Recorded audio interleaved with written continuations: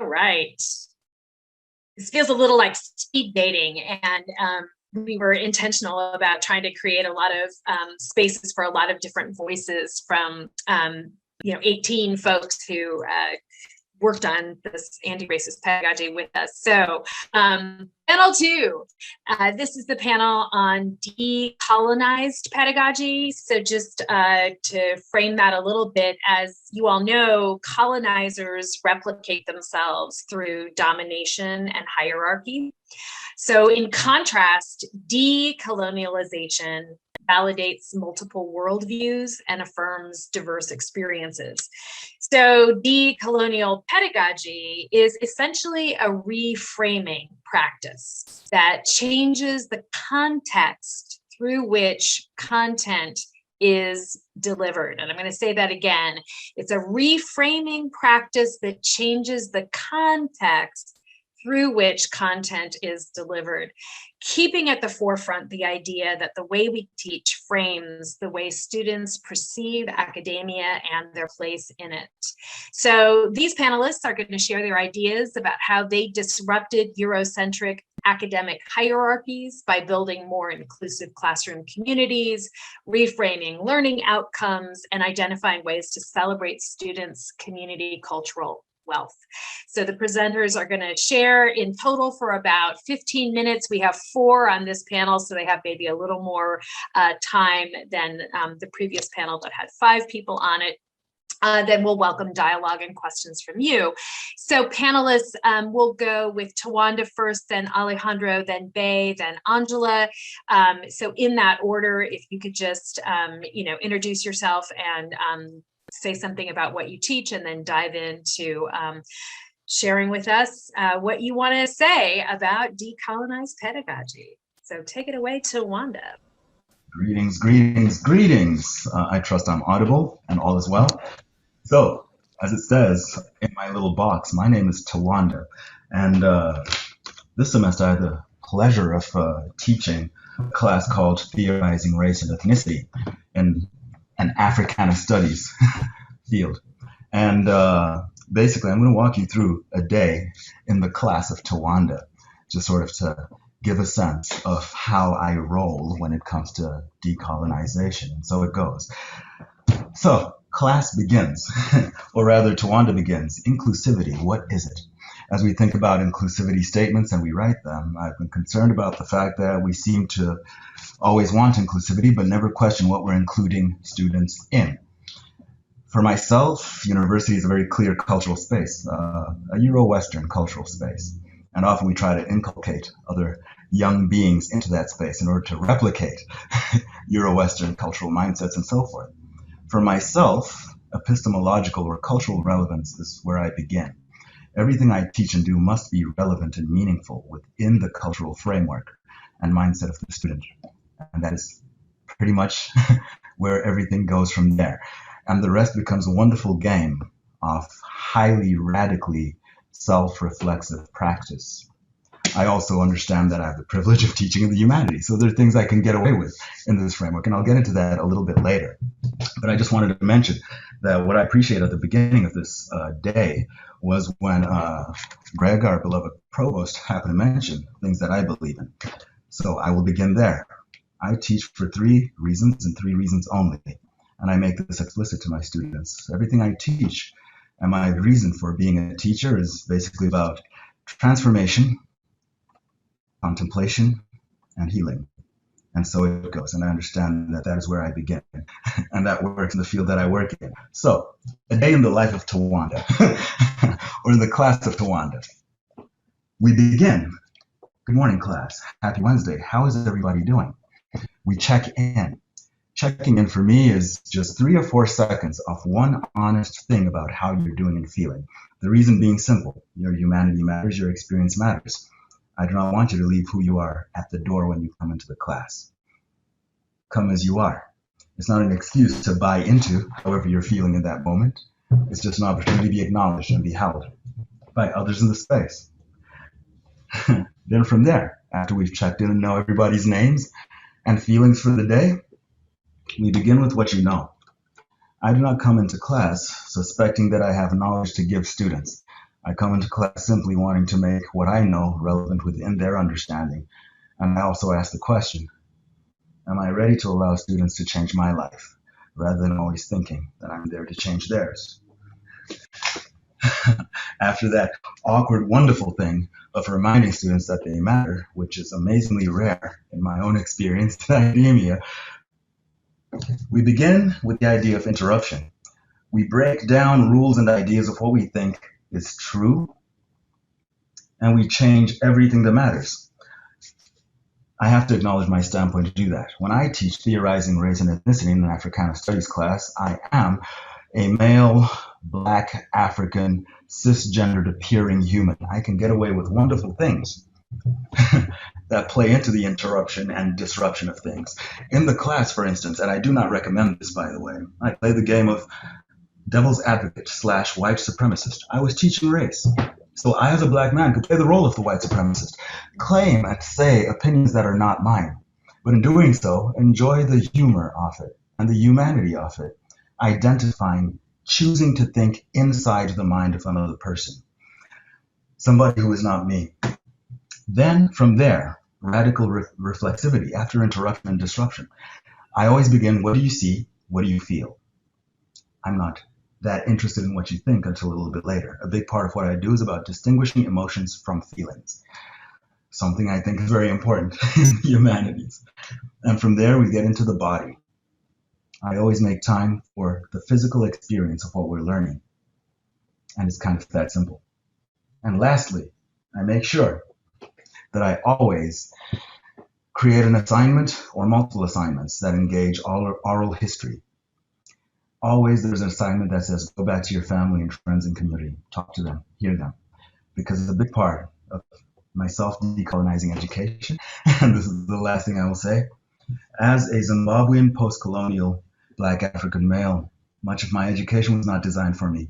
I was designed to become a clerk for systems that are larger, greater, powerful, and not meant for me. So my only hope is that I can make these ideas explicit in wonderful ways, and not be afraid to talk about love and being human in all of my classes, no matter what field. But thank you for listening to me. Honored. Thank you, Tawanda. That was beautiful. That was great. Alejandro. All right. Well, hi, everybody. I'm Alejandro Gutierrez. I teach in the Department of Mechanical Engineering. And, when I started working with this group, I was really sort of concerned that I wasn't going to be able to do the kind of cool things that they all described, and I was never going to be able to do something like what Tawanda described. Part of the reason is that I'm just not as an expert on this topic, but also from my perspective, some of the things I teach are, from the perspective of anybody but myself, extremely dry and not appealing, and certainly not conducive, it seems, to the kind of conversations that we're having here. So I face that intellectual challenge when trying to, decolonize my curriculum, as this panel is called. And I wanted to focus on the driest and the most unappealing course, which is actually very exciting for me, which is engineering economics, right? And so, how do you decolonize engineering economics? How do you make anti-racist, a bunch of Excel spreadsheets and compound interest calculations? And so I focus on two things.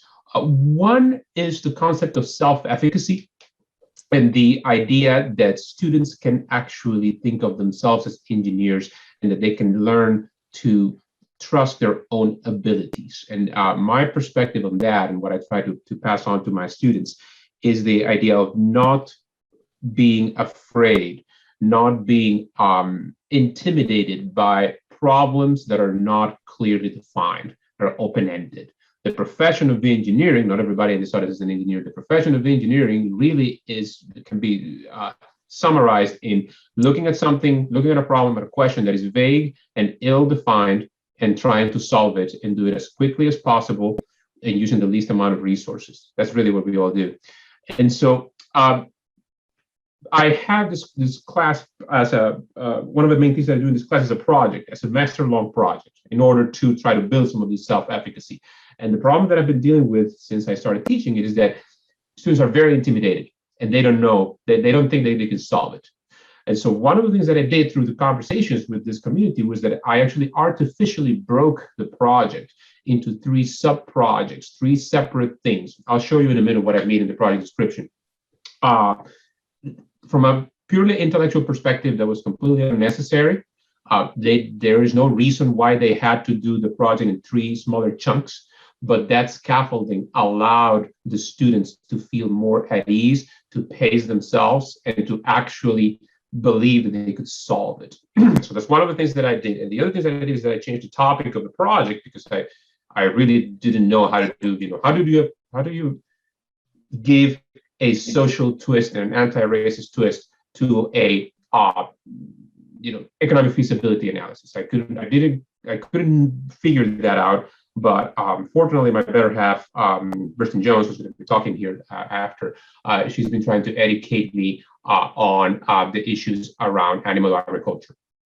And so I realized that I could frame the economic project in terms of something that would be relevant to the lives of my students. A lot of our students are related in some way or have very few degrees of separation from farming, right? They're the children of farmers. They may be farmers themselves. They live in the country. They have contact with these things. We're going through the crisis of COVID, and I wanted to bring all of that into the project. And so what I did, and I'm going to share my screen now, is that I created a project, which you are looking at right now, in which there is a completely fictional farm, doesn't exist in real life, that I called Broster Farms.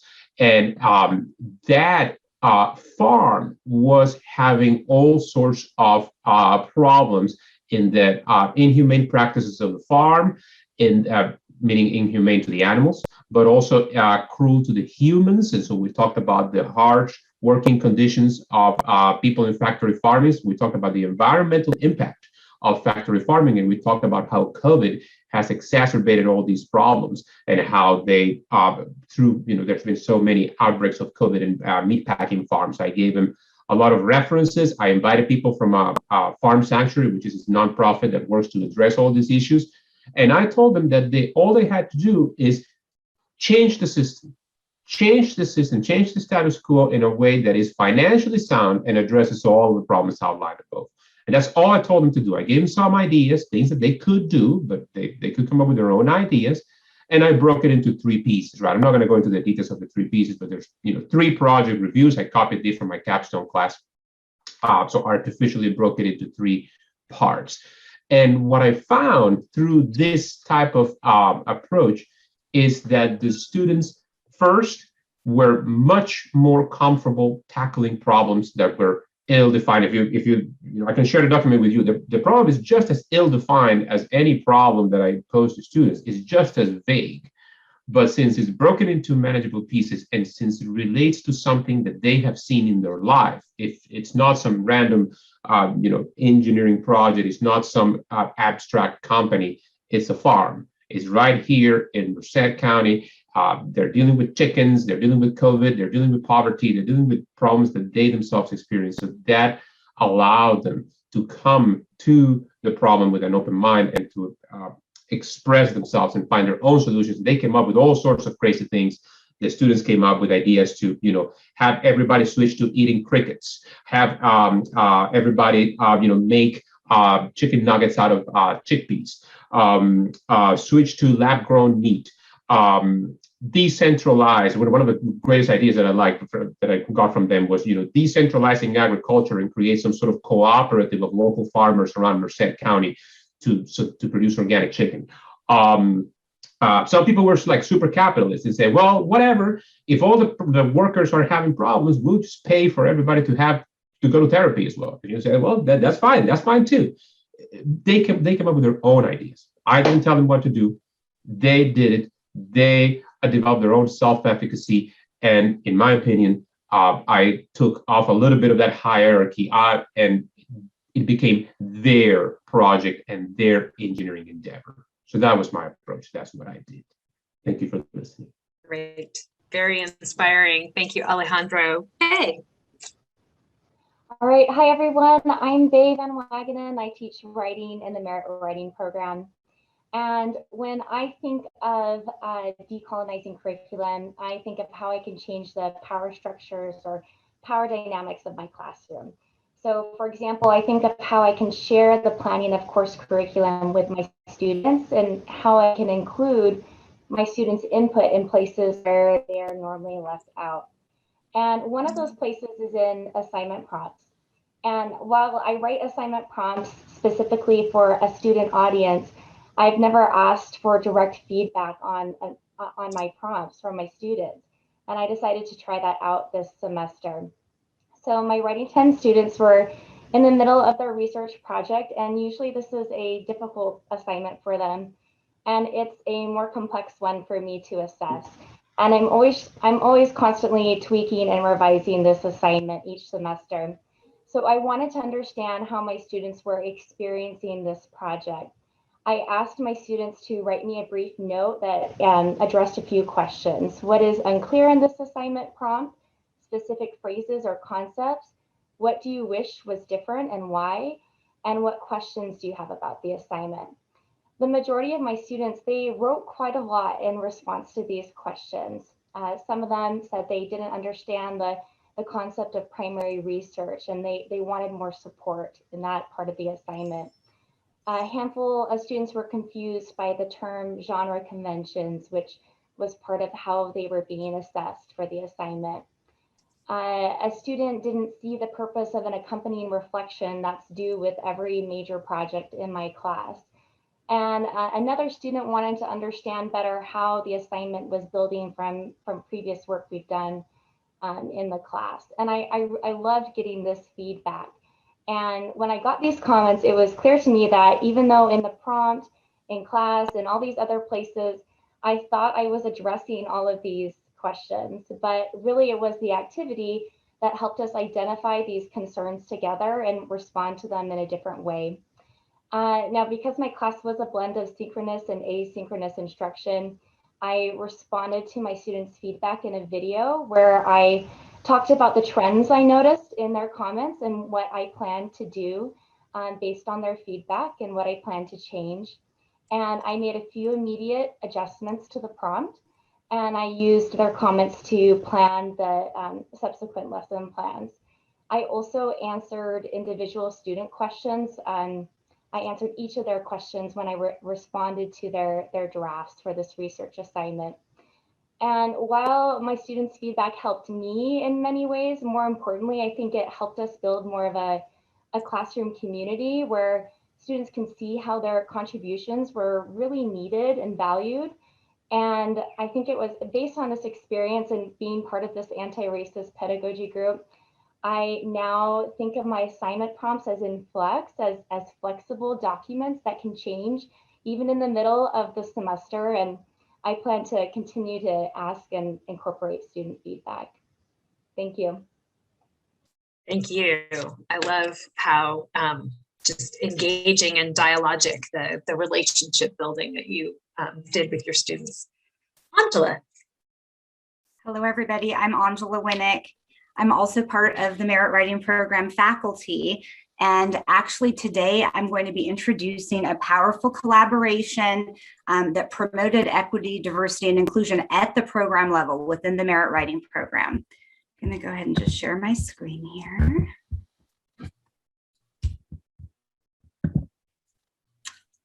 So I'm going to give an overview today of a project that took place in the first year composition committee, part of the Merit Writing Program, in the 2018-19 academic year and the 2019-20 academic year.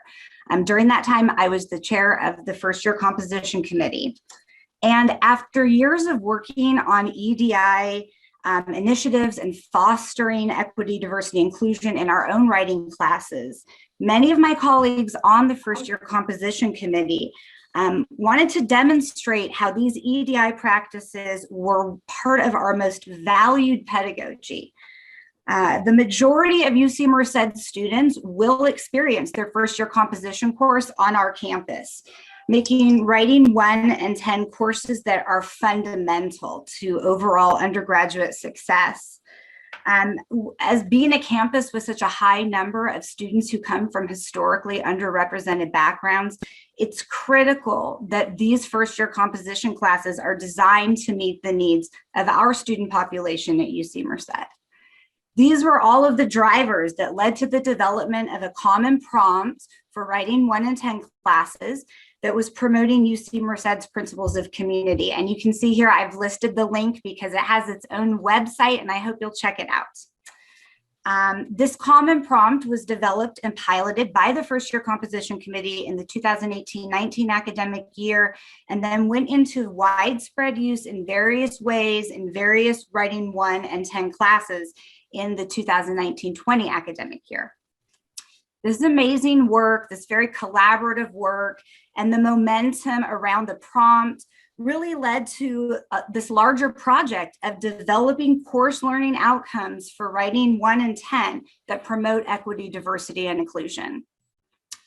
The first-year composition committee engaged in dynamic criteria mapping to facilitate the development of this EDI CLO, involving many different layers of feedback from many different stakeholders, both within our own program, on campus, and then also from the larger EDI community.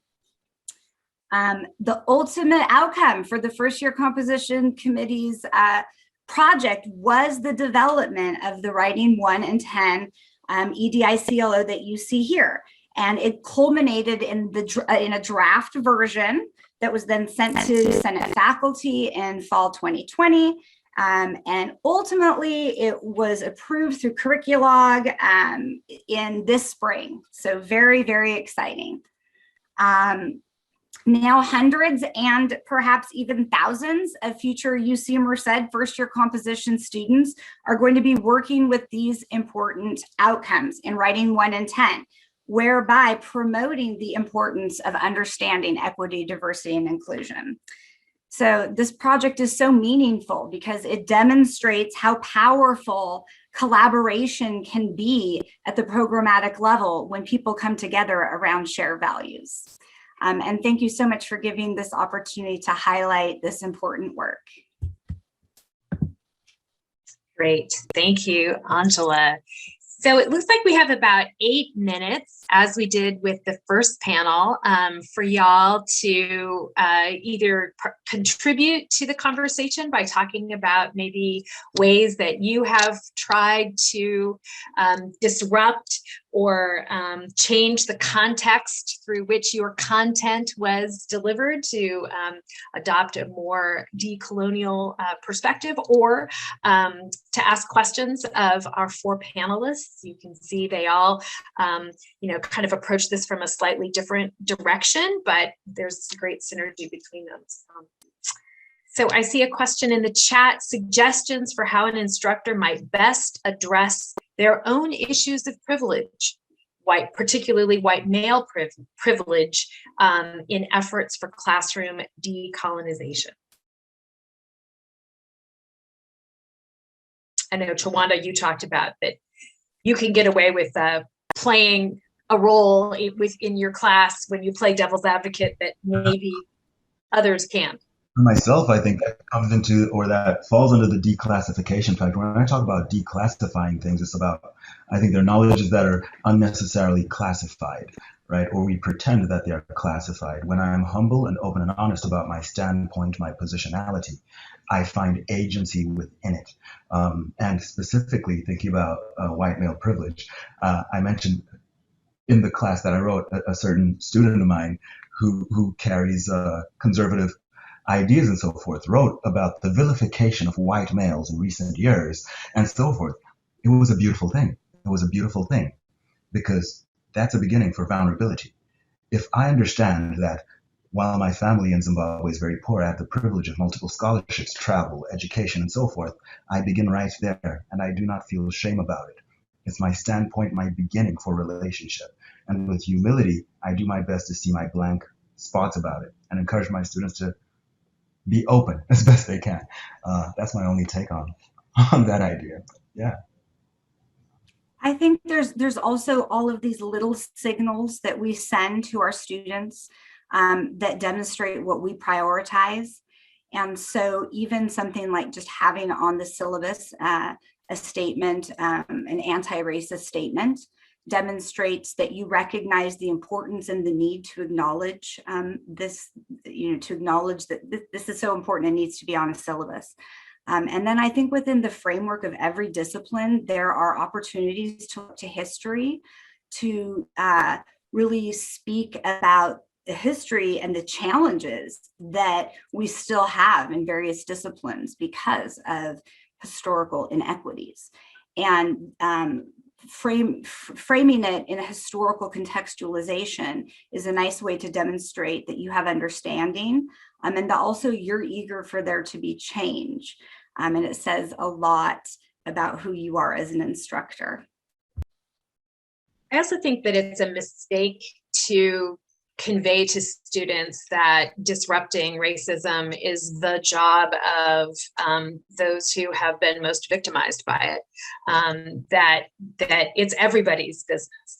And so certainly as a white co-facilitator of this learning community, it's it's everyone's responsibility to talk about the role that we all play in in disrupting, as much as we've also had a role to play in making this circumstance the way it is. I'm seeing things going into the chat, so I won't talk anymore about that. But so some folks are asking for anti-racist statements shared on syllabi. And then other questions. I see one from Briston about dance-informed body centering practices. That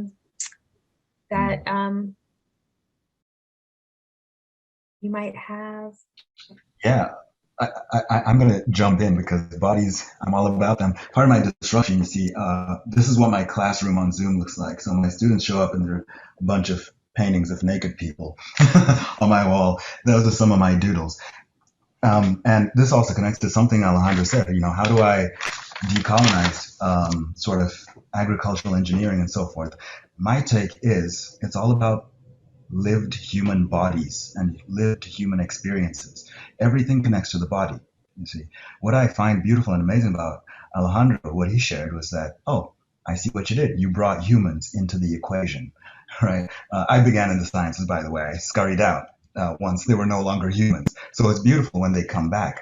And it's very, very simple, I think, to do that. So embodied experience, validating embodied experience is so rare, which is, again, a way we can choose not to leave who we are outside of the class. And this pandemic had a great opportunity to realize, because we got into people's houses, not necessarily with permission, right? I got into my students' bedrooms, awkward, right? When the students on their pillows and blankets, that's their bodies. Their embodied lives and beings are really what it's about. And it's always been painful whenever humanity or humane education, which is pretty much the material body and everything that embodies. So yeah, that's my take on how we bring in the body. We can choose exercise and the resources for that. Breathing, sensation, meditation, contemplation, and so it goes. But the body is wonderful. And sharing that, also little personal details. My students know I love hiking, swimming, running, and so forth. I think it's amazing that I know engineers who might know Eskrima, for instance, right? And various martial arts and so forth. But just allowing myself to be as complex as I am in reality without digressing from the syllabus, so to speak. Sorry. You mentioned how that's maybe more easy to do in a humanities class or a writing class or a dance or an African studies class. And so Alejandro, I'm curious about whether, and we only have like 1 minute left, but I'm curious whether your students in an engineering course were thrown by the fact that you contextualize that assignment in such a humane way.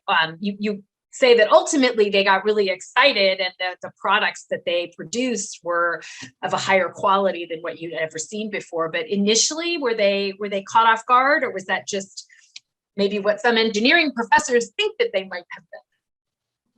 Surprisingly, no. So I think one of the greatest strengths of our students and one of the greatest privilege to work with them is that they are already very finely aware of all of these sort of human issues and the human aspects of our profession.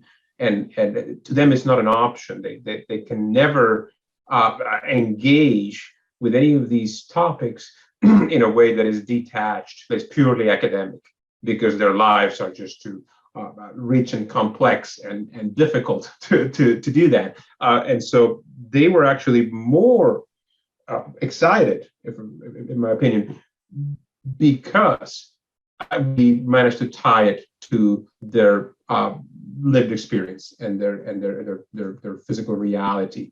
I think that what they were the most shocked about, again, is even after scaffolding, it's the sort of like the open, unknown problem that doesn't have a clear, to-do list. That is the most challenging thing. I think I improved it with scaffolding, but I think there's room for further improvement there.